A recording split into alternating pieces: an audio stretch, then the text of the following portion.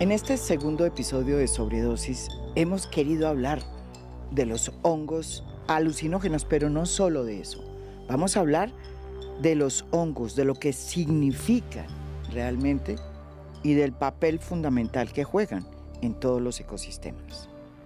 Según un estudio del Instituto Humboldt, financiado por Royal Botanic Gardens, Kew, y que integra investigadores de muchas asociaciones que tienen que ver con el estudio de hongos en Colombia, aunque este país es uno de los más diversos del mundo, curiosamente solo tiene registradas 7.273 especies que están catalogadas. Una cifra que ubica a Colombia muy por debajo de países como el Reino Unido, hecho que pone de manifiesto pues lo poco que sabemos de los hongos en Colombia.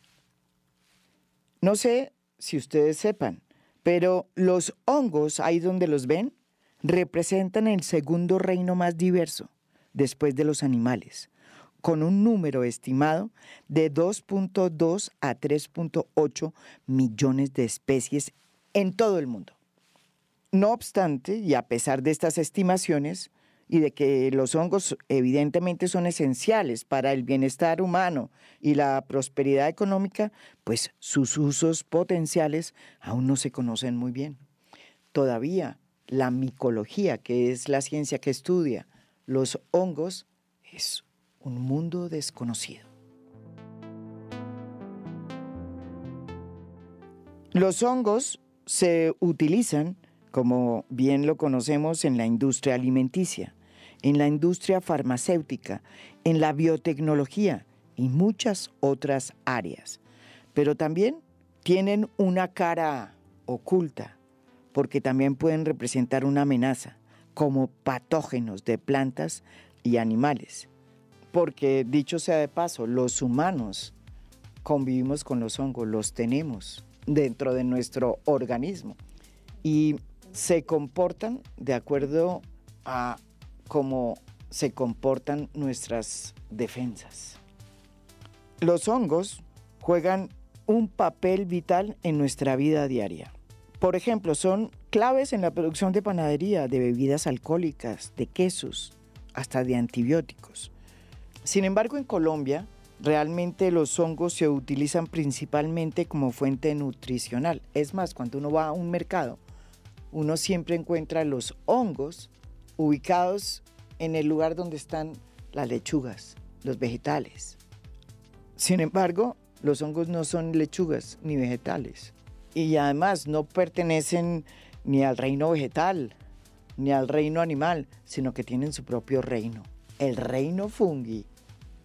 Los hongos también juegan un papel muy importante en la vida de los pueblos indígenas, autóctonos. Eso sucede en muchos lugares de Colombia.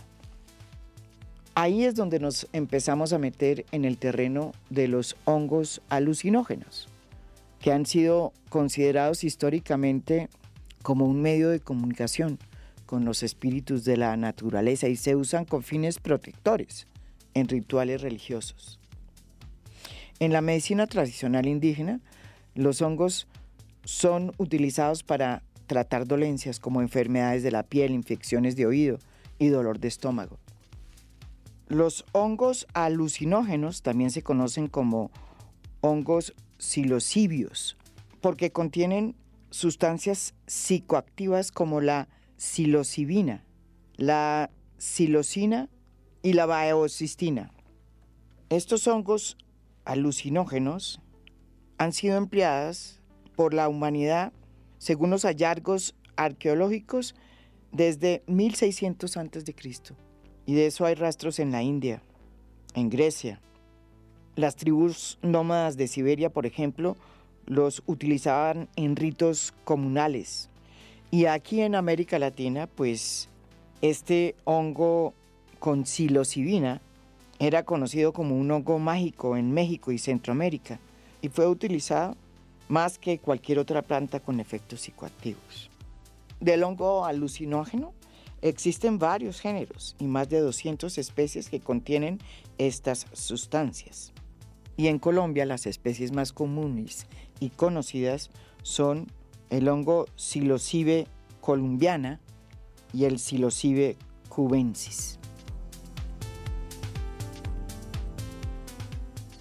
Según Échele Cabeza, la psilocibina y la psilocina son las sustancias encargadas de alterar y modificar el sistema nervioso para provocar un estado alterado de conciencia. La psilocibina tuvo su gran momento en la década de los 50, cuando el padre del LSD, Albert Hofmann, motivado por el interés espiritual chamánico y de ritual que tenían las comunidades indígenas americanas, decidió extraer la psilocibina de los hongos. En sus inicios, esta sustancia se utilizó exclusivamente para tratamientos clínicos psiquiátricos, demostrando efectos muy positivos, efectos medicinales y curativos para los pacientes. Sin embargo, después vendría la guerra contra las drogas. Y por mucho tiempo, la prohibición fue la aproximación que se hizo.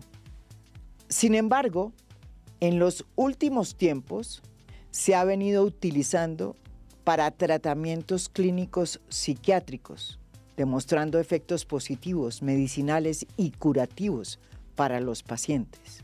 En los últimos años, incluso, muy importantes universidades han abierto unos espacios muy importantes para la investigación psicodélica, como es el caso del Centro del Imperial College para la Investigación Psicodélica, creado en el 2019, y que busca investigar cuál es el uso de los psicodélicos en la atención para la salud mental y cuál puede ser su papel clave en la investigación de la conciencia. En Estados Unidos ya hay 2 estados que han legalizado el uso de estos hongos psicodélicos, Oregon y Colorado. Y cada vez más se está considerando la psilocibina como un efecto psicodélico que se puede utilizar de manera recreativa. En Colombia, como en muchas partes del mundo, esta sustancia, la psilocibina, es considerada ilegal y se prohíbe tanto su tráfico como su fabricación y su porte.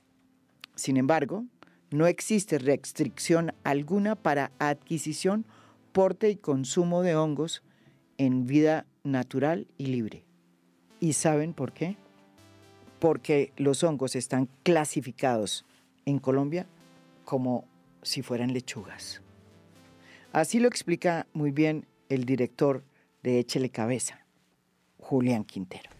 En Colombia, la psilocibina, que es el componente activo de los hongos psilocibes, es lo que está prohibido y está restringido porque es una sustancia que aparece en las listas de las convenciones internacionales como una sustancia de control, una sustancia prohibida.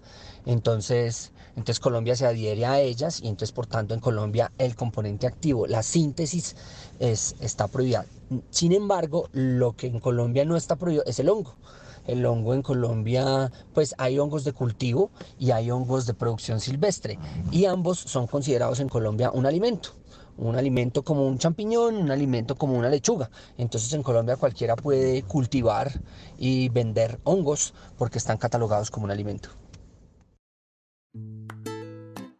Durante los últimos años, la popularidad de los hongos psicodélicos o alucinógenos en Estados Unidos aumentó de manera impresionante. 1.4 millones de estadounidenses, según el New York Times, probaron los alucinógenos por primera vez en 2020. Este nuevo entusiasmo alrededor de los hongos se debe en parte a los nuevos estudios que demuestran que los hongos que producen la psilocibina y la ketamina tienen un potencial real para tratar algunos trastornos mentales, en particular la depresión. Y desde luego, en este auge de los hongos tuvo muchísimo que ver la publicación del libro de Michael Pollan, Cómo cambiar tu mente, que se convirtió en una serie de Netflix que recomiendo. Ahí muestra cómo en 2 estados de Estados Unidos, Oregon y Colorado, se legalizó la psilocibina para uso terapéutico y eso espera que sea el comienzo para que otros estados hagan lo mismo. Ese auge también ha entrado en Colombia y ya muchos son los médicos que están utilizando los hongos psicodélicos, los hongos con psilocibina para pacientes con trastornos mentales. Aquí en A Fondo hemos querido entrarnos en este mundo de los hongos, que es un mundo realmente desconocido. Aquí comienza Sobredosis, la serie de A Fondo que hacemos en colaboración con Alejandro Gaviria. Bienvenido, Alejandro. Gracias, Mara Jimena. Nuestra invitada de hoy es toda una científica, experta en este mundo desconocido de los hongos. La bióloga de la Universidad Nacional, Tatiana San Juan.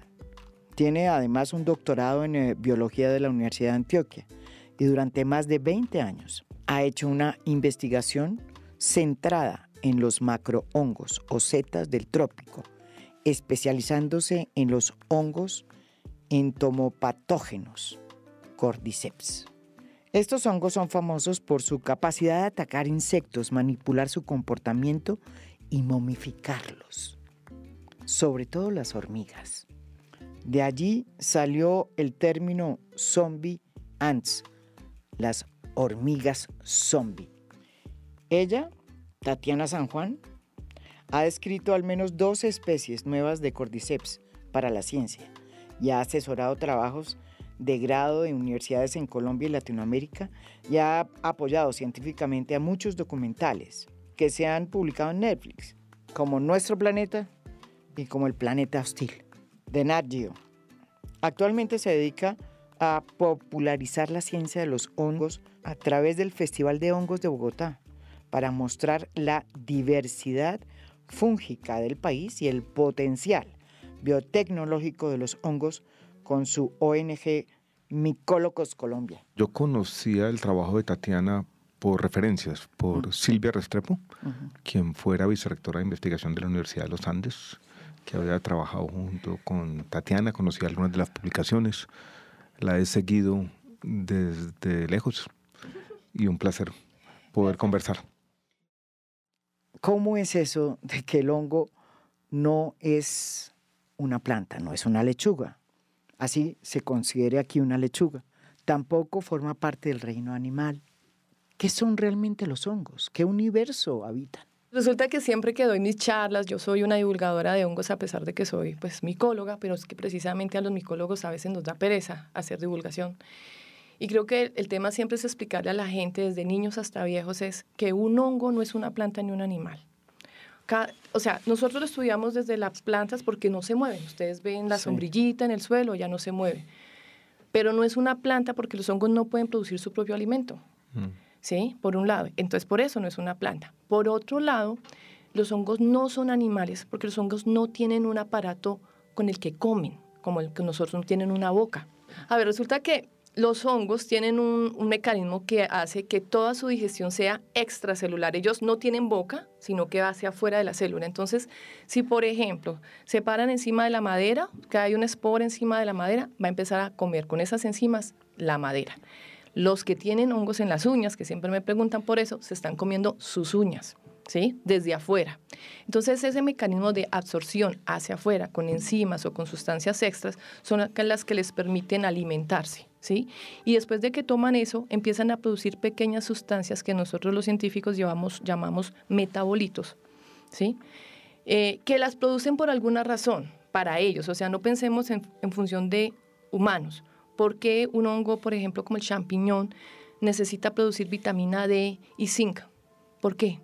Crece en tierra, crece en suelos muy orgánicos y cuando él produce vitamina D se está defendiendo de insectos, de nemátodos. Son mecanismos de defensa.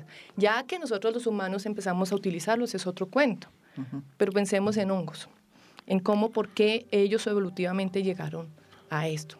A producirse así eso. Yo quiero hacer una pregunta a Tatiana como interesante y es mi impresión, no sé tú qué piensas. que hay un interés reciente en los hongos, en su función al interior de los ecosistemas. Sí. Yo tuve la oportunidad de leer este libro de Merlin Sheldrake que se llama Entangled Life. Entangled Life, yes. Que muestra eso de una manera que es maravillosa. Paréntesis, para los que nos escuchan, el libro que hace referencia a Alejandro Gaviria, Entangled Life, de Merlin Sheldrake. En español se conoce como La red oculta de la vida.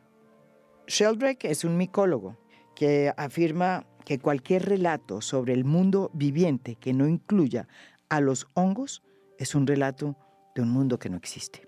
Más allá de lo que vamos a hablar más adelante, de los hongos y sus funciones psicoactivas, como el papel de los hongos en los ecosistemas se ha entendido mejor en los últimos años. Claro, entonces veamos esto. Resulta que cuando nos llega a nosotros todo lo que llamamos la biología molecular, que es nuestro ADN, claro, nos empezamos a dar cuenta que los hongos son extremadamente complejos, que tienen unos sistemas genéticos mucho más complejos que los de los seres humanos, y empezamos a encontrar, primero, que la diversidad la teníamos muy subestimada. Eso fue lo primero. Nosotros siempre decíamos en el 91 que había 6 especies de hongos por una especie de planta, ¿sí? En 1991. Ahora decimos que más o menos son 35 especies de hongos por una especie de planta. Entonces yo les voy a hacer... Lo que primero ocurre en el mundo es eso, nos damos cuenta de esa gran diversidad. Segundo, nos empezamos a dar cuenta que lo necesitamos absolutamente para todo, y no somos conscientes de que desde hace 5.000 años ya lo utilizábamos para el vino, para la cerveza, ¿cierto? Era vital para nuestro sobrevivimiento. Eso ya había empezado. O sea, el papel que juegan. Para los humanos. Pero entonces, como hemos deteriorado tanto los ecosistemas, y yo voy a los campesinos y me dicen, ay, es que a mí ya no me produce el café, es que a mí ya el cacao, es que la papa. Claro, entonces la gente lo que hizo fue, con esta revolución industrial, agregar fertilizantes y matar todos los microorganismos del suelo, y eso incluía los hongos, porque los hongos son grandes absorbedores de carbono, ¿sí? Y los hongos fueron los carbono. Sí. Acuérdense que no son plantas, pero ellos pueden coger sustancias, ¿cierto? Del aire, del suelo. Y entonces los hongos, cuando fue la evolución, eran acuáticos, y las plantas también. Para que las plantas hubieran podido colonizar el suelo, requerían de los hongos. Y se hizo una relación con esas plantas y se crearon las micorrizas. Y ellas se han encontrado que son las mayores, las plantas siempre nos dicen que son las que capturan carbono, pero no podrían hacerlo sin los hongos. Por eso es que en ese libro ese papel es tan relevante, y por eso actualmente, por ejemplo, tenemos un gran estudio global por una organización que se llama SPOON, que está estudiando toda la diversidad de hongos que hay en el subsuelo en el planeta. Y lo que nos estamos dando cuenta es que donde más hicimos agricultura fue donde los acabamos. Los hongos, como dijimos al inicio, están en nuestra vida diaria, y no nos damos cuenta. En las fermentaciones están ahí. Cuando en las casas de pequeños hacían vinagre, también están ahí. Ese vinagre se hacía con agua de panela, y algunos hongos pues pueden producir a partir de azúcar alcohol, y hay otros que pueden producir a partir de azúcar vinagre. Ese fue el primer uso que le dieron los humanos, la fermentación. Hay un jeroglífico que muestra a los egipcios cosechando el trigo, y luego lo muestran cómo el trigo está creciendo.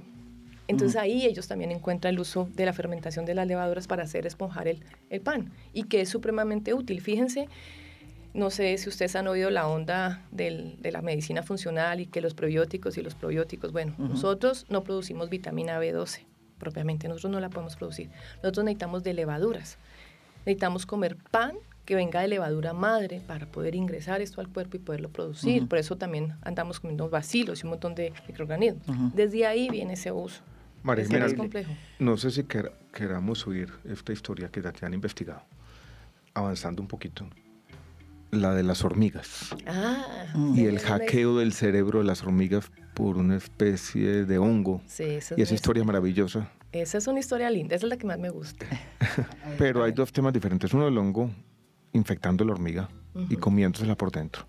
Pero la otra idea que me parece un poco la de los zombies es el hongo tomando control de la hormiga y dirigiéndola hacia donde está el alimento del hongo. Estamos hablando de hace mucho tiempo, 97.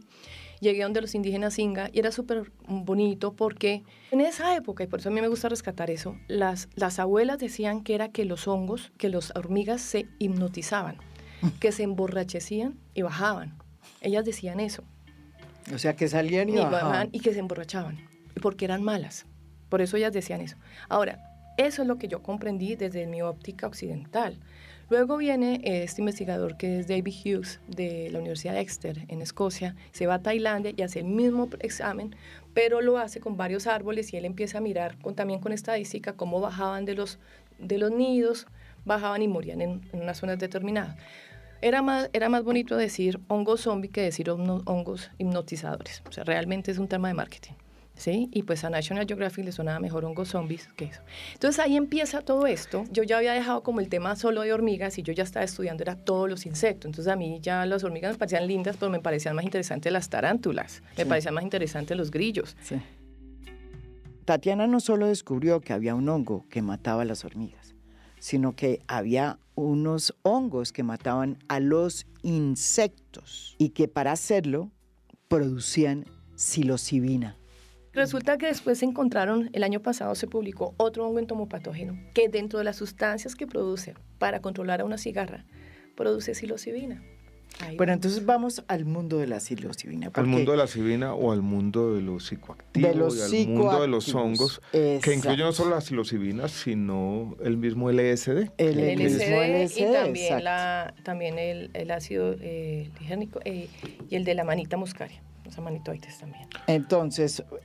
Tu contacto, Tatiana, con ese mundo también, ya dejando, porque estaba moviéndonos como de lo general, de la función biológica de los hongos, de estas interacciones, a veces trágicas, podríamos decir, con un poquito de antropocentrismo, con las hormigas, a este mundo ya de los hongos como sustancias psicoactivas, un poquito como la historia.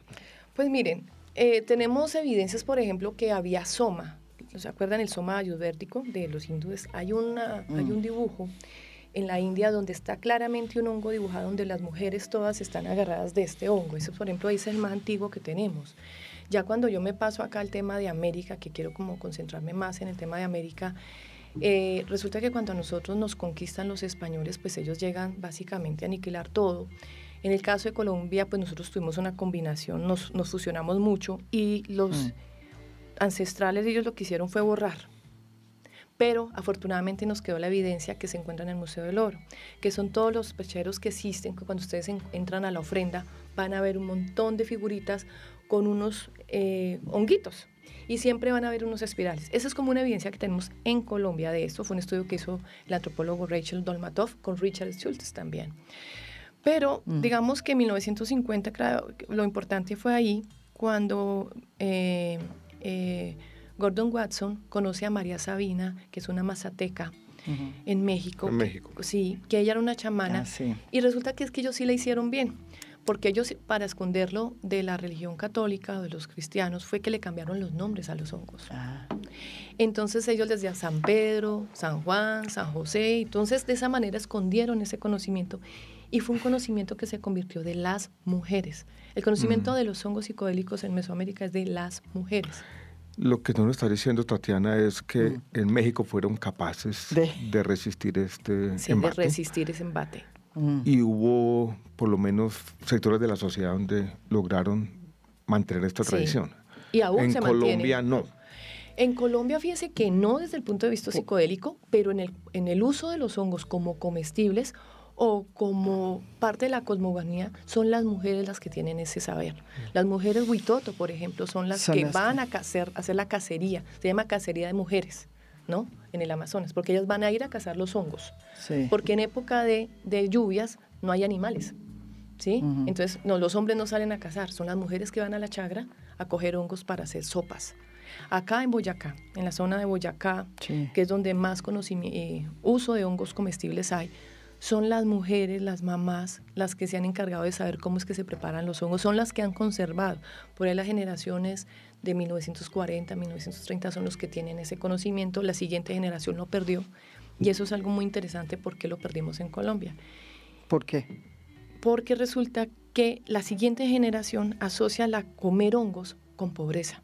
Yo como hongos porque es carne y las mamás les daban hongos porque no había con qué comprar carne, porque en esa época no había vaca. Sí. A nosotros se nos creció todo el tema del ganado. La siguiente generación dice, ¿yo por qué voy a comer hongos si eso me lo daban pues cuando no había que comer? Entonces para ellos es un asocio con pobreza, y aún actualmente hablar con estos campesinos es difícil. Entonces cuando a mí me dicen, ay, ¿por qué no producimos más hongos? Porque usted primero tiene que cambiar esa mentalidad. Yo quisiera hacer un pequeño paréntesis, pasamos rápido, María Jimena, con este tema de Gerardo Reichel Dolmatov, austriaco, que llegó a Colombia con su esposa, que murió hace poco, a los 102 años de edad, Alicia Duzán. Alicia Duzán, sí.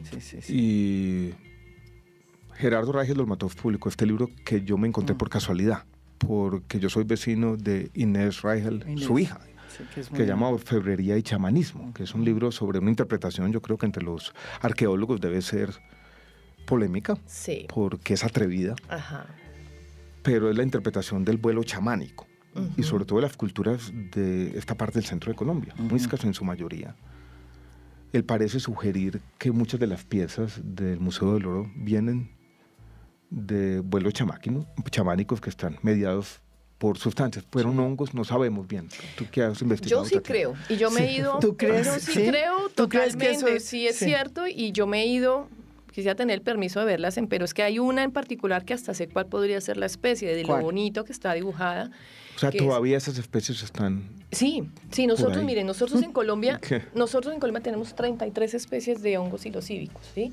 De los cuales 33. 9. O sea, en el mundo hay 290. ¿Concentrados en qué parte de nuestra geografía? ¿En el mundo cuántos hay? Estamos atacando con preguntas. Sí, por favor, no me ataquen. En el mundo hay 296 especies, ¿sí? Sí. México es el país con mayor cantidad de especies. De psilocibe. Solo psilocibe, los hongos mágicos. ¿Qué contienen este principio ¿Qué activo? psilocibe? Exacto. Pero ahorita vamos a eso, vamos a la diversidad. Mm. Pero en Colombia tenemos 33 especies que hemos registrado. Bueno, eso es un jugo. Y de esas 33, 9 solo se han encontrado en Colombia y se han encontrado en Antioquia, Córdoba, que son las zonas donde se encontraron los pecheros del Dolmatov, o sea, toda la orfebrería. Entonces sí tiene relación. Y hay una especie en particular que es que nunca la puedo pronunciar, que es la Hagenius, que yo creo que está cuando uno entra en la ofrenda a la izquierda, que está sola, ella está ahí, porque es la forma, la característica es particular. Entonces digamos que yo sí creo que sí es cierto, porque había otro arqueólogo que decía que eran los hongos teléfono. A ver, en 1950, o sea, 800 años de que llegaran los españoles, teléfonos, o sea, no existían, o sea, no tiene sentido. Sí. Esto es interesante porque muestra estas formas de espiritualidad mediadas por estas sustancias incorporadas en la forma como se conectaban con el mundo. Y la cultura. Parte de una cultura y una cosmogonía, de una forma de entender el mundo y aprender la realidad, que está en el Museo del Oro. Y yo cuando fui chiquito, nadie me dijo esto, ¿no? Yo creo que también que es que estamos los colombianos tan estigmatizados con eso que como que queremos que ese sea lo último que nos abre. Pero sobre todo porque también muchos de los pueblos indígenas del sur, del Amazonas, de la Orinoquía, de las sabanas de la Orinoquía, fueron catequizados a comienzos del siglo XX, una vez por el Instituto Lingüístico de Verano, pero también por mujeres todopoderosas como Sofía Müller, que llegaron a Colombia a comienzos del siglo XX y que se dedicó a catequizar todos los pueblos indígenas desde el Orinoco hasta el Vaupés, pasando por el Inírida y por el Guaviare. Esa catequización hizo que muchos de esos pueblos olvidaran sus rituales chamánicos, la del rapé, el yagé, la fumada de tabaco, y que solo ahora, después de la muerte de Sofía Müller, muchos de esos pueblos están buscando de nuevo, como ocurre en el Inírida y en gran parte de el Orinoco, su cosmogonía, sus rituales y pues su cultura. Por eso, por ejemplo, cuando hice el trabajo de la hormiga y el yaje fue para mí tan difícil, porque yo tenía que tratar de limpiar todo ese tema católico cristiano para poder interpretar lo que ellos me querían decir. Cuando viví con los huitotos fue lo mismo. Lograr, por ejemplo, ellos perdieron su lengua una generación porque la evitaron decir acuérdense, en la época de las caucheras. Para no morir. Entonces, tratar de encontrar los pocos que sobrevivieron, que aún tenían la lengua, y tratar de entender con ellos cómo era el mito también que tenían del hongo con la hormiga. Y por ejemplo, yo entiendo que ellos no necesitaron, o sea, yo entiendo que la zona amazónica, los indígenas amazónicas no necesitaron de hongos alucinógenos, pues tenían el yaje, ¿para qué querían más? Tenían yaje. O sea, el yaje es 3 o 5 veces un hongo. Pero en el centro del país. En el centro del país, no, sobre todo hacia el Caribe y hacia Centroamérica nosotros no tenemos yaje hacia esa zona. Tenemos el yopal, pero eso es más hacia la Orinoquía, pero hacia esa zona no teníamos ningún alucinógeno conocido hasta ahora, o sea, fuerte como ese. Yeah. Entonces, lo que me parece, esta es una pregunta todavía no del todo explorada, o sea, los muiscas pudieron haber consumido hongos con propiedades psicoactivas, alucinógenas. Y recuérdese que la influencia de los muiscas iba hasta Costa Rica. Claro. Entonces, probablemente hasta allá llegó esa influencia y venían acá los aztecas y los mayas, que eran más antiguos, con todo su acervo y conocimiento. Y el Museo del Oro, la orfebrería, que hace parte de nuestra identidad, lo que le mostramos al mundo puede haber estado mediado por esto. Y es una historia que se está como comenzando a contar, a desentrañar. Exacto. Interesante. Porque es que tenemos que reivindicar de alguna manera esos saberes ancestrales, como dice María Jimena, como dejar de tenerle un poquito de miedo. Los mexicanos, por ejemplo, ellos sí, digamos que admiro mucho en la forma en que ellos rescataron ese conocimiento en Mazatecas. En México, por ejemplo, el consumo de los hongos alucinógenos solamente está permitido para los indígenas mazatecas de manera libre. Claro, ahí hay un montón de turismo bajo cuerda, pero siempre se tiene que hacer bajo un rito chamánico. ¿sí? Y en México... Y ahí algunos son como 3 estados que pueden hacerlo. ¿sí? Ajá. Y ellos han tratado de conservar sobre todo las mujeres, porque las mujeres son las que tratan como de conservar. Y además que hay diferentes tipos, que esos ahí ya vamos a entrar a la química, ¿no? No es lo mismo consumirse un psilocibe cubensis que psilocibe un mexicano. Vamos a eso. Sí. ¿Qué es? Porque acá estoy mirando, ¿no? Entonces los hongos mágicos contienen psilocibina.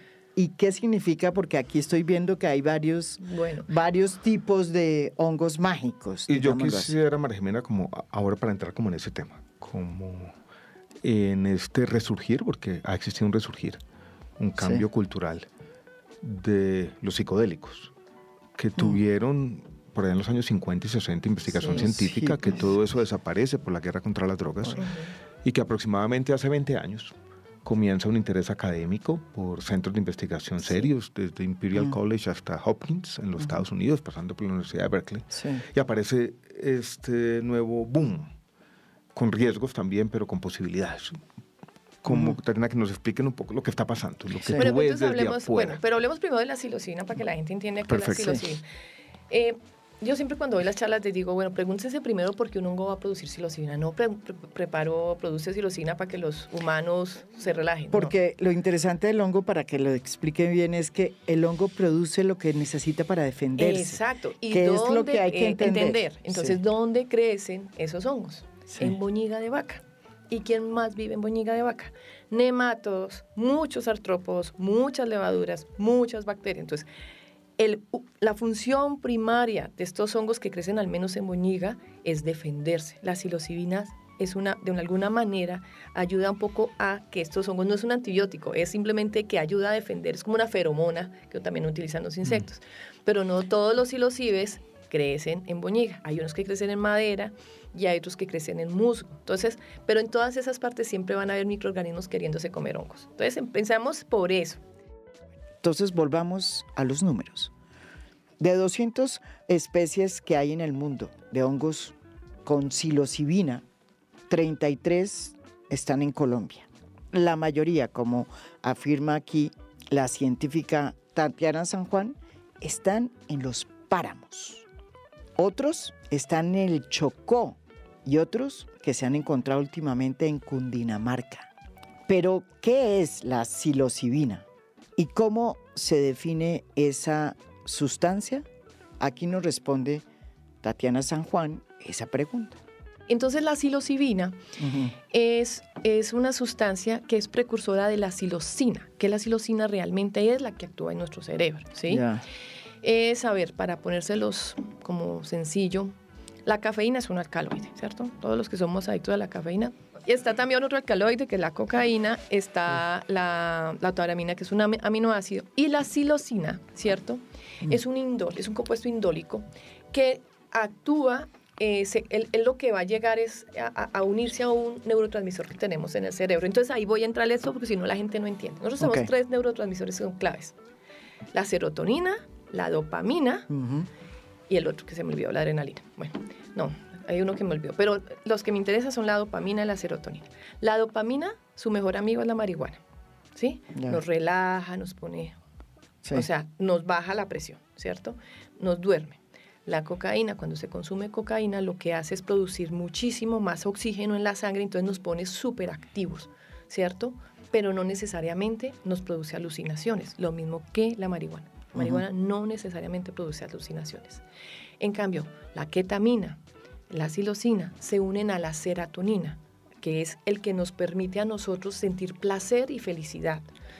Pero hay una cosa más interesante ahí, que son los aportes que hace este señor del Imperial College, que es Calvin Harris, y es que él encuentra cómo cuando consumimos psilocibina se nos desconecta el tálamo, que es una cosita que tenemos aquí en el centro, sí, de la corteza prefrontal y posterior, y entonces al desconectarnos, cuando estos dos se desconectan, maravilloso, porque hay una cosa que se llama la amígdala, que está en el cerebro, que es la que nos dice, en la época de los cavernícolas, viene el gato, ese gato que nos quería comer, entonces corran. Entonces ella nos hacía correr. En esta época moderna en que no tenemos que correr por ningún depredador, entonces nos dice, viene la ansiedad porque tenemos que pagar el semestre de la universidad. Entonces la amígdala se alborota, pero cuando consumimos psilocibina, ella desaparece, la duerme. Entonces dejamos de tener esa angustia, esa ansiedad, esa tristeza. Y miramos el mundo con asombro. Y miramos el mundo, porque hay una desconexión entre el tálamo, que es el que recibe toda la información que le trae las manos, los ojos, el sonido, y se desconecta del que va a coger toda esa información y la va a volver consciente y la va a volver racional y va a decir, ay, entonces toqué esto y esto es suave. No, toco esto, estoy con psilocibina y lo va a interpretar de una manera diferente. Ah, esto suave me huele a vainilla. Sí. Entonces, una de las cosas que las personas que consumen hongos experimentan es que los colores tienen sabores, los olores tienen colores, la música tiene colores. Entonces, sinestesia se llama eso, porque hay esa desconexión entre el tálamo y esta corteza. Entonces, dejamos nuestra parte racional por un momento y empezamos a disfrutar de las sensaciones. ¿Sí? Yo quisiera hacer una pregunta ahí, hablando de los efectos o consecuencias, y es, este conjunto de sustancias a veces también se llaman enteógenas. Sí, yo no sé por qué, enteógenos. Enteógenos, pero que permiten más allá, porque conecta con la primera parte. Sí. Y es que para muchos hay una experiencia mística, de conexión con el mundo, que se parece a las experiencias religiosas. Sí. Y ahí viene, en parte, creo, María Jimena, la curiosidad. Sí, lo que pasa es que cuando nosotros suprimimos la función de la amígdala, nosotros empezamos a sentirnos como una unión con el todo y dejamos de tener miedo. Es que eso creo que es lo primordial, es el miedo. Nosotros vivimos con miedo. Esta sociedad moderna vive con el miedo de que el cambio climático nos va a achicharrar. ¿Sí? Nuestros hijos crecen con ese miedo. ¿Sí? Entonces, cuando eso lo tomamos, cuando nos suprimimos eso, entonces empezamos a sentirnos como un todo, como que hacemos parte de algo. Sí. Claro, cuando hay esa desconexión, se empiezan, y esa es la parte que me parece más interesante a mí, y es que hay una neuroplasticidad. Y entonces las neuronas, hay una hiperactividad neuronal que hace que se empiecen a hacer nuevas conexiones. ¿Qué me ha pasado a mí? Porque yo lo he consumido, porque cuando doy charlas digo, venga, yo hoy tengo que hablar de esto, pues tengo que consumirlo, sino de qué voy a hablar. ¿De qué voy a hablar? Sí. Y una de las cosas que me pasa a mí, en mi familia hay neurodegeneramiento por genética. Y es que se hacen nuevas conexiones de recuerdos que yo ya, y vuelvo a recordar. Y empiezo a recordar. ¿Cuándo hace usted esa Sí, cuando he hecho eso, lo he experimentado y me acuerdo de cosas que no me acordaba en años. Eso es una cosa muy interesante, que creo que es de las cosas que veo desde el punto de vista fisiológico. Pero además, por ejemplo, hay un tema que casi no lo tocan, hay 1 o 2 artículos que lo publicaron, y es las personas que tienen fibromialgias o dolores crónicos en los músculos, por ejemplo, la esclerosis múltiple, fibromialgia, cuando consumen hongos alucinogénicos, también sucede que se desinflaman esas terminales, porque las terminales neuronales todo el tiempo están reactivas y la persona todo el tiempo siente dolor. La relaja y la persona deja de sentir dolor. Alejandro, aunque usted está aquí de entrevistador, yo quería hacerle una pregunta, porque sé que usted se practicó una microdosis que en realidad fue una macrodosis, que es un tratamiento que se está utilizando, que se está usando de manera recurrente por varios médicos y que usted lo nota. Muchas personas dicen, bueno, ¿y usted qué está haciendo? No, no puedo hacer nada porque estoy en microdosis. ¿Cómo fue su experiencia y cómo la construyó? ¿Y qué puede concluir de esa experiencia? Yo tuve una experiencia con lo que podría llamar una macrodosis. La dosificación es difícil y por esto necesita alguien experto. Yo tengo una mente quizás demasiado racional. No tuve sinestesia y Sí, por supuesto, Vio. esa conexión de los sentidos fue en general introspectiva. Cuando cerraba los ojos sí tuve ciertas iluminaciones, o sea, revisité ciertos momentos de mi vida, traumáticos, lo voy a decir de esa manera, que habían quedado ahí. Sí. Fue sanador en cierto sentido. Después, como los 2 o 3 días siguientes, pues reflexioné sobre estas experiencias. No tuve esa experiencia mística. No tuve esa experiencia mística que ¿No sí tuvo? No la tuve. ¿Por Yo qué? sí he tenido personas que han hecho esto, ¿Y que se han han sentido tenido? conectadas con todo, que hacen somos- parte amémonos del todos universo. Yo juntos, cuando sí. cerraba los ojos sí veía estos espirales dando vueltas y yo me veía ahí, ¿no? Como es esa descripción del universo. Había leído un artículo de este psicólogo de Harvard que fue una persona interesante por allá en los años 60, Timothy Leary, que era muy interesante porque él decía lo siguiente, él decía, hay 3 o 4 misterios de la vida: Sí. el origen del universo, el origen de la vida, el origen de la conciencia humana y lo que somos, el yo. Y él hacía un paralelo entre lo que decían los científicos sobre estas preguntas y las intuiciones esenciales de una persona que estaba consumiendo LSD o psilocibina, y eran muy parecidos. Y eso siempre me ha parecido interesante, esa conexión, como en que en nuestro cerebro hay una intuición esencial sobre el funcionamiento de la vida. Y yo algo tuve de eso, como un esbozo, un ¿Cómo funciona? atisbo a eso, a esa dinámica, a que somos. Pero- Esta lucecita que se apaga y se prende y se va para siempre. Eso lo tuve. No mucho más. Y esto yo creo que es interesante, esto no genera adicción. O sea, a mí me generó cierta saciedad. O sea, yo dije, Sí. esto fue suficiente. Y no más. No, sí, no lo he querido repetir. Pero aclaremos que no genera ¿Cómo adicción, es? pero genera tolerancia. Y eso, porque si no, entonces, ¿qué es lo que está pasando? Y puede haber eventos psicóticos. sí puede Claro, haber, o sea, claro. eso a mí me parece A que ver. esto es un medio que tenemos que ser claros con esto, y es que primero genera tolerancia. Una persona que al principio toma una macrodosis de 2 gramos, después necesita una de 3, necesita de 4 para poder sentir algo. Entonces, primero, Eso es, hay que tener tenerlo en mucho cuenta. cuidado. Segundo, si es una persona que tiene eventos psicóticos, que tiene esquizofrénico, no debe hacerlo, porque esos eventos se le van a aumentar y es Wow. un peligro para su propia vida. Entonces, esa es otra persona. Una persona que tenga alta presión alta no lo debe hacer. ¿Por qué? Porque en la primera media hora de cuando toma macrodosis, la presión se eleva de manera directamente proporcional. Yo hice el experimento porque yo la voy a tomar y puse a mi hija de 14 años, usted me toma la presión, Sí. y me acuerdo que mi esposo que nos acompaña acá me dijo, ¿usted por qué está haciendo eso? Y yo, Se estoy le dañó haciendo el un viaje a experimento. Tatiana tomando la presión cada 30 segundos. No importa, así es la ciencia Sí, tiene no, que está ser bien, la está cosa bien. Sí. Entonces una persona con presión alta no debe hacer eso, porque además, donde se une la psilocina, que es en este marcador de la serotonina, es el mismo marcador que también se une en el corazón. En el corazón nosotros también tenemos marcadores de serotonina. Entonces, por eso hay un bombeo al principio, luego baja, claro, la primera media hora. Pero resulta que usted tiene arritmia o resulta que usted tiene algún problema en el corazón, pues se le explota, no sabemos, porque no hay muchos estudios. O sea, lo que dice Alejandro, los últimos desde el 2014, miren, yo hice un cálculo, miren, de 1958 al 2014 teníamos 711 publicaciones sobre psilocibina.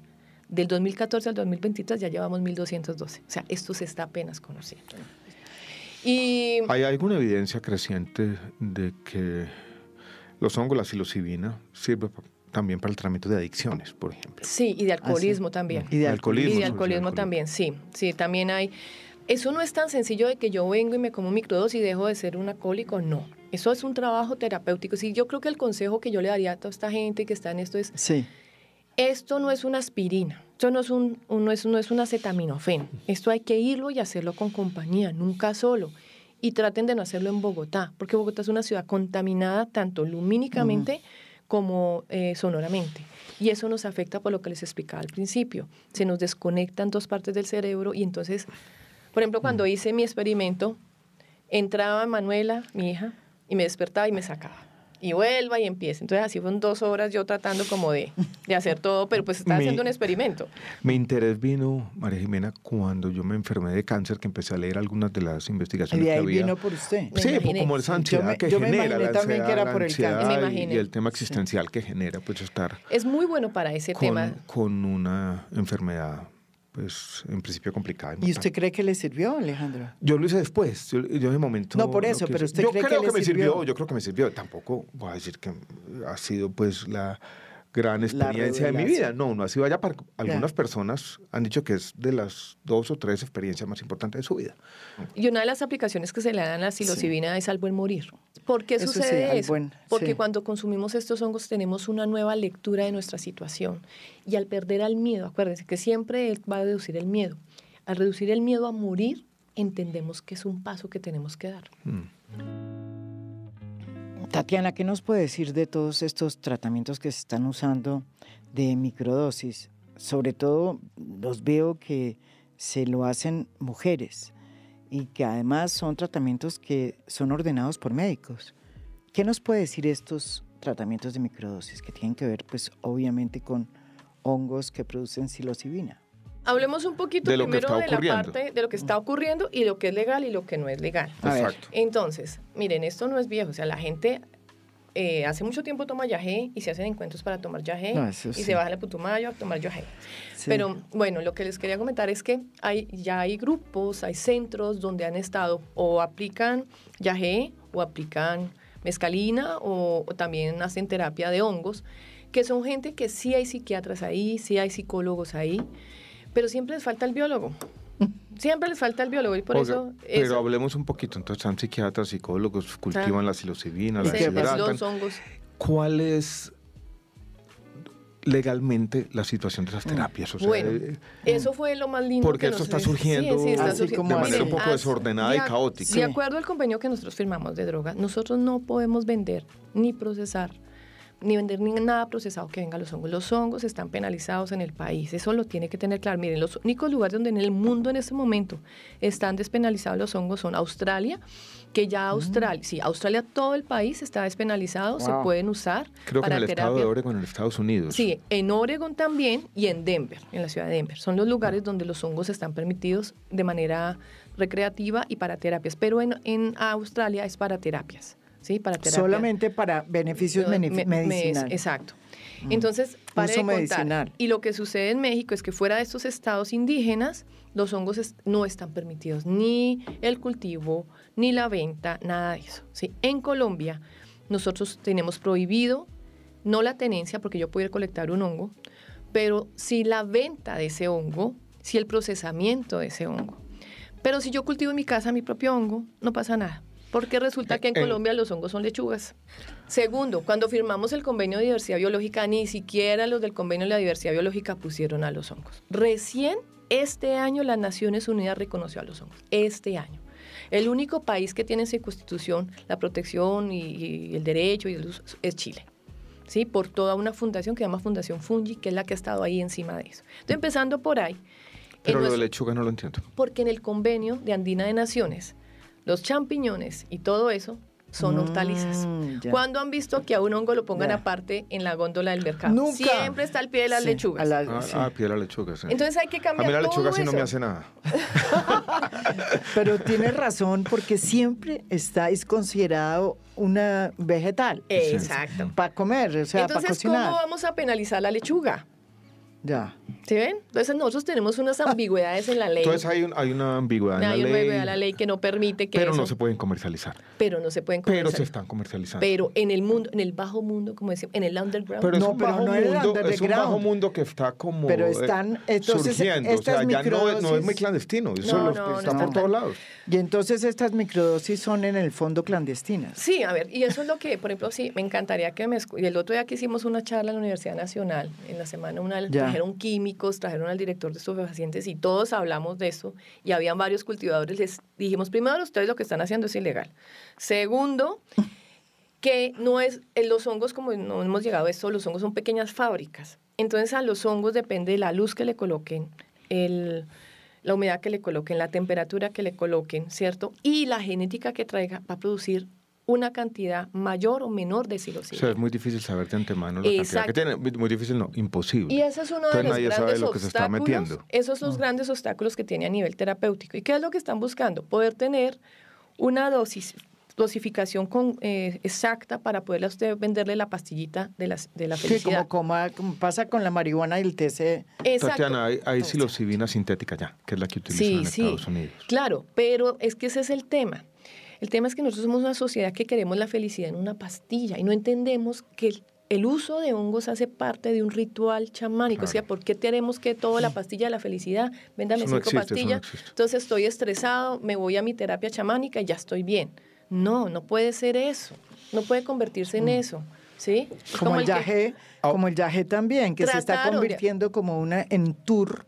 Sí, que tú haces eso cuando realmente es una cosa mucho más profunda. Por eso Richard Stuhl se llamaba eso las plantas de los dioses, y en ese libro habla de los hongos que no eran plantas. ¿Por qué es eso? ¿Por qué no podemos respetar por lo que son esos seres? Unos seres que requieren una ceremonia para aprovecharlos. Esto me parece interesante y lo ha dicho Michael Pollan, y es que en Occidente no hemos encontrado la forma de incorporar estas sustancias en eso que es la vida, que es una búsqueda de significado colectivo. Sí. Y en Occidente hay 2 modelos que están emergiendo. Uno que es el medicalizado. El medicalizado, que es el que nos gusta. Que no nos gusta porque es aséptico en un hospital, usted ahí metido con un médico y lo ponen así. Y el otro es el del centro comercial, ya sobrecomercializado. Y no hay esa otra. En el fondo antes había un chamán, esto era una búsqueda ocurrida en un momento, colectivamente había... Pero sí hay sitios en Colombia donde lo hacen así, pero son sitios muy escasos, y ahí donde yo voy es a la idoneidad de las personas que lo hacen. Porque miren, cuando una persona es yagecero, crece, nace para ser yagecero. Aquí nosotros perdimos nuestros chamanes hace siglos. Yo dirigí una tesis de una estudiante de biología, ella está haciendo su licenciatura de biología, un programa muy lindo de la Universidad Pedagógica, que en vez de que el indígena viniera a Bogotá, los profesores tenían que ir a La Chorrera. Hubo una de ellas que se interesó por los hongos porque ella quería saber por qué ya las comunidades no estaban consumiendo hongos. Entonces, era diferente. Yo era la única que tenía que darle, era el nombre científico, cómo crecía el hongo, y ella hacía todo el trabajo.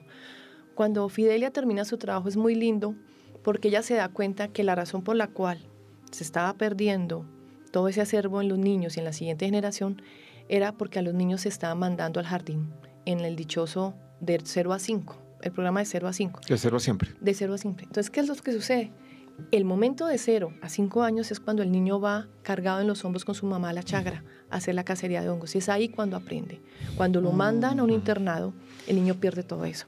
Ella recuperó, le tocó sentarse a recuperar los caldos, recuperar las andanzas o las danzas. Obviamente el mambe que hacía parte, o el ambil que hacía parte de todo eso. Sí. Entonces, ella recuperó todo eso para su comunidad. Es muy interesante porque no es mi visión citadina de una ciudad y de una universidad súper académica, sino es esta visión de ellos reconstruyendo su conocimiento. Y eso es lo que nos cuesta a nosotros trabajar mucho, ¿no? Y yo quiero ir acá a un tema que me parece interesante, y es porque hay todo este auge de los hongos, este auge de la psilocibina, pero cuando yo me voy a la gestión de la investigación y yo miro cuánto es el presupuesto que este gobierno o el anterior dio para investigación en hongos, es mínimo. O sea, este proyecto que sacamos del catálogo de hongos de Colombia lo hicimos en parte por financiación extranjera y parte, yo por lo menos soy un investigador independiente. Yo me consigo mis recursos, mejor dicho, duro. Pero eso es la parte. Entonces va en esto. Para que por ejemplo, una universidad, un centro de investigación quiera hacer estudios sin psilocibina, tiene que importar el estándar de psilocibina. Y tienen que tener el permiso del Ministerio de Defensa para poderlo hacer, y de estupefacientes. Casi imposible. No, pero sí ya están dando los permisos. Pero ¿saben cuánto vale un estándar para poder medir la calidad del psilocibe que tenemos? $15,000.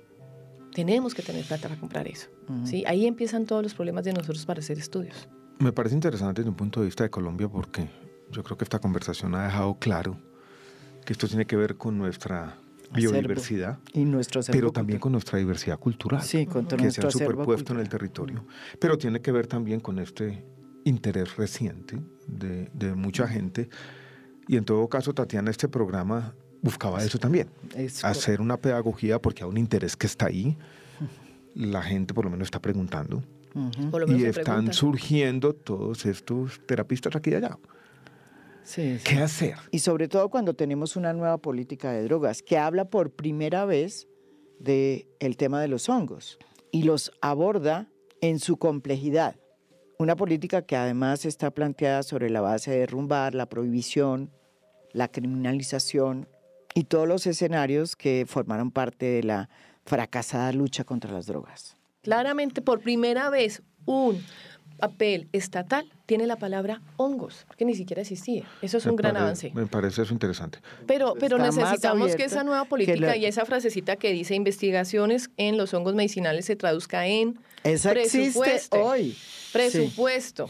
Cuando nos recortaron el presupuesto en este momento, por ejemplo, para el Ministerio de Ciencias. ¿Cómo vamos a hacer nuestra investigación cuando tenemos tan reducido ahora nuestra investigación y quieren que toda nuestra investigación se haga a punta de proyectos de regalías? O sea, ir a conversar con el gobernador si le interesa trabajar sobre hongos alucinógenos. La mayor investigación es una primera recomendación.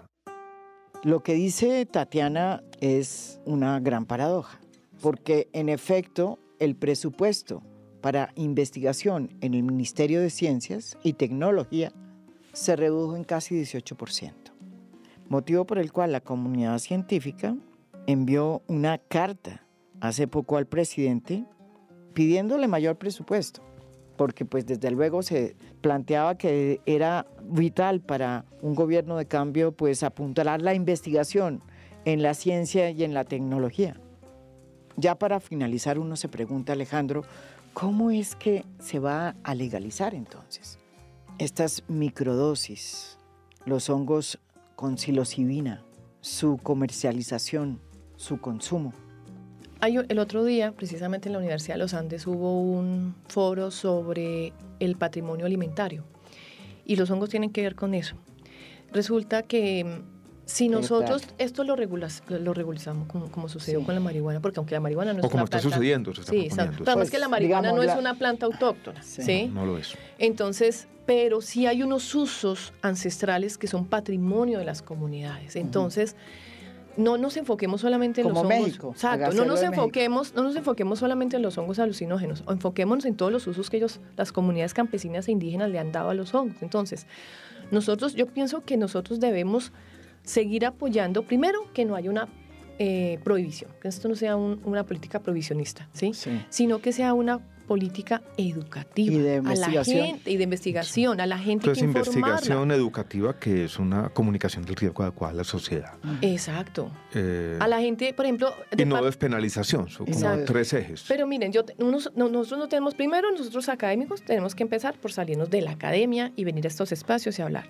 Segundo, necesitamos interlocutores en el INVIMA, en estupefacientes, en el Ministerio de Defensa, porque es que ellos ni siquiera saben que es un hongo, ¿sí? O sea, a mí me quemaron una especie nueva que venía de Ghana porque en el ICA no sabían que era un hongo, ¿sí? Entonces empecemos por ahí la educación, ¿sí? Y segundo, poco a poco ir dándole esos derechos a los hongos, es que la gente entienda su importancia. Alejandro, Tatiana, ¿cómo le muchas pareció? gracias. ¿No? Excelente, Está... excelente. Bueno, muchas Tatiana, gracias a usted la encantado en invitación. conocerla. Un último mensaje a todos, de verdad, o sea, esto no es una píldora de felicidad, respeten a los hongos, simplemente eso es lo único que ellos están pidiendo.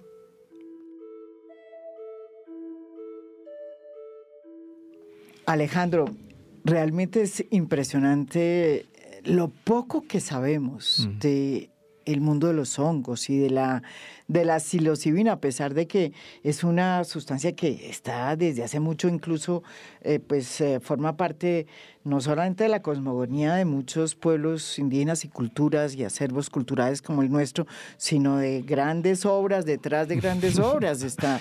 Me pareció, María Jimena, esta es una conversación interesante.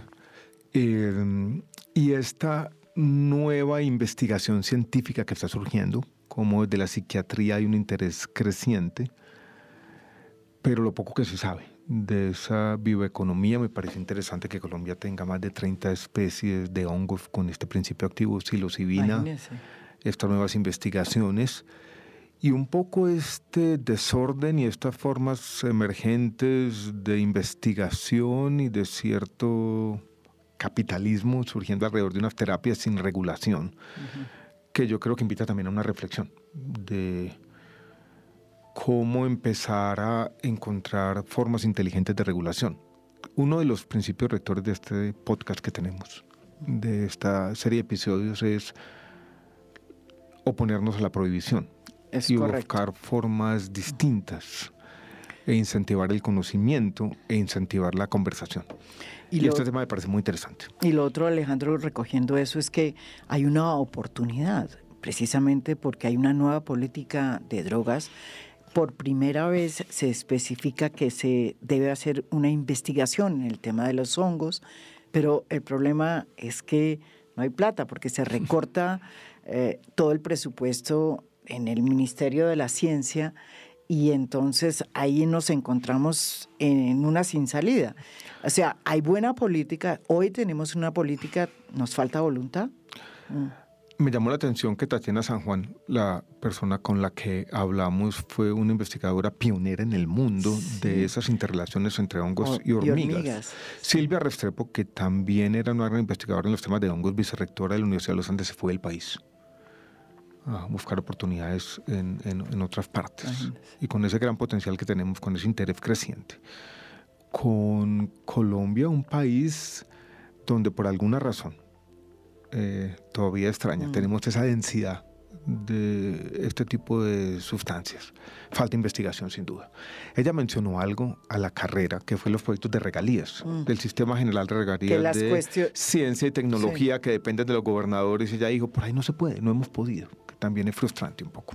Claro, les toca a los investigadores ir a rogarle a los gobernadores y a las autoridades que les ayuden en investigación cuando esa investigación pues tampoco es muy conocida, entonces es mucho más difícil. Lo otro que me pareció importante, yo creo que es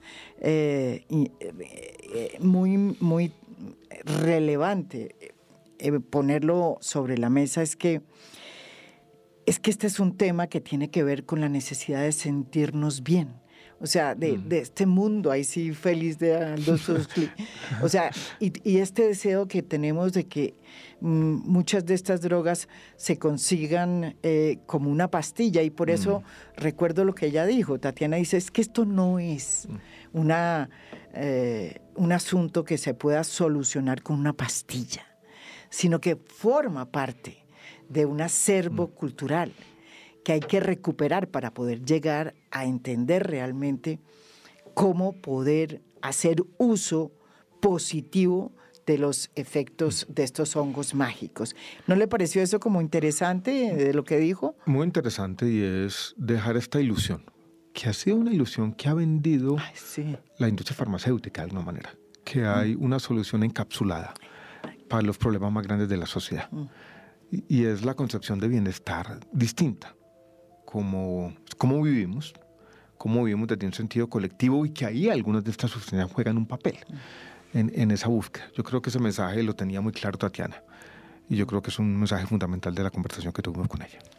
En todo caso, yo creo que es un ejercicio interesante meternos en un mundo que es de investigación, que es científico, ¿no es verdad?, pero que tiene unas derivas muy impresionantes que tienen que ver con la sociedad de hoy y las necesidades de la sociedad de hoy. Yo concibo la sociedad actual como una sociedad que vive una suerte de desolación espiritual, que tiene que ver con la ausencia de futuro, con todo lo que está pasando, con la falta de confianza, con las redes sociales que nos han alejado un poco de la realidad. Y de allí viene la curiosidad también por estas sustancias. Yo creo que esos dos fenómenos no están separados. Mundo feliz. Es un mundo feliz. El mundo feliz.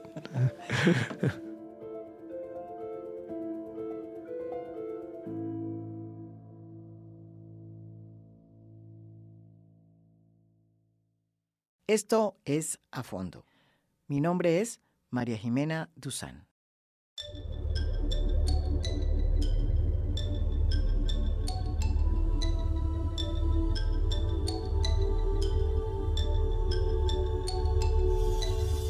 A Fondo es un podcast producido por Mafialand. Producción general, Lucy Moreno. Postproducción de audio, Daniel Chávez. Música original del maestro Óscar Acevedo. Nos pueden escuchar también en mi canal de YouTube.